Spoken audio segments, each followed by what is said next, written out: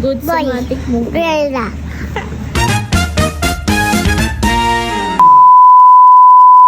Hi guys! Samahan nyo ako dahil another day, another vlog na naman with me. So ngayong araw nga ay pupunta kami ngayon sa main center para magpa-ultrasound. And excited na kaming malaman kung ano yung gender ni baby ngayong araw na to. So maulan-ulan pa guys and hindi pa maganda yung panahon. Pero on the way na kami. And dahil nga malakas pa din yung ulan sa bundok, hindi kami agad nakaalis sa bahay. Hindi din naman kami masyadong nagmamadali dyan guys dahil may bitbit pa kaming bata. Baka mamaya is madulas pa kami kung magmamadali kami masyado. Mabuti na lang dito sa lugar namin mataas na area kaya hindi siya yung bahain. Kaya bago talaga kami umalis sa bahay, pinahupa muna namin yung malakas na ulan. At eto namang asawa ko ayaw magsuot ng kapote. May protection naman daw yung tricycle niya kaya hindi naman siya mababasa ng bongga dito. Feeling niya ata siya si Iron Man, hindi tinatablan ng basa. Pero guys, basang-basa na talaga yung suot niya dyan. Nakarating na nga pala kami dito sa main center mga bandang 1:30 p.m. And yung time schedule ko dito guys is 1 p.m. So 30 minutes late na ako dito. Wala nga din palang gaanong tao dyan ngayon guys dahil nga umuulan, bumabagyo. Ayan. At eto ako, nagstick talaga ako sa scheduled ko. And pagpasok ko nga dito sa main center is dalawa lang kaming buntis. Yes guys, dalawa lang talaga kaming sumipot ngayong araw. And understandable naman siguro yan kasi nga yung ibang mga buntis is baka malalayo pa or talagang baha na din talaga sa lugar nila. At syempre, mas mahalaga pa din ang safety net kesa sa ibang mga bagay. Pero may mga kasama pa kaming mga pasyente dyan guys na magpapa-ultrasound din. So meron akong nakausap dito na isang dalaga. Ang ipapa-check up naman daw niya is yung sa bandang dibdib niya. Nakakapa daw siyang bukol sa parting kanan ng kanyang dibdib kaya pina-check up na niya agad. At ayun na nga, inabot ko na lang sa information desk yung referral ko at tatawagin na lang daw nila ako kung ako na yung susunod sa pila. And finally, after how many hours of waiting, nandito na yung result.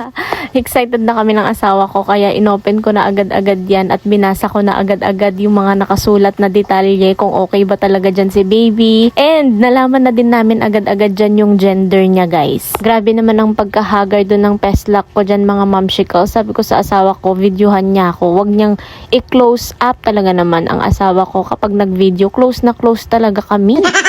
At eto na nga, publicly, ang gender reveal ng mimo nyo, mga momsicles. Ano? Lalaki. Lalaki. Yes, mga mimo ko. And finally, it's a boy.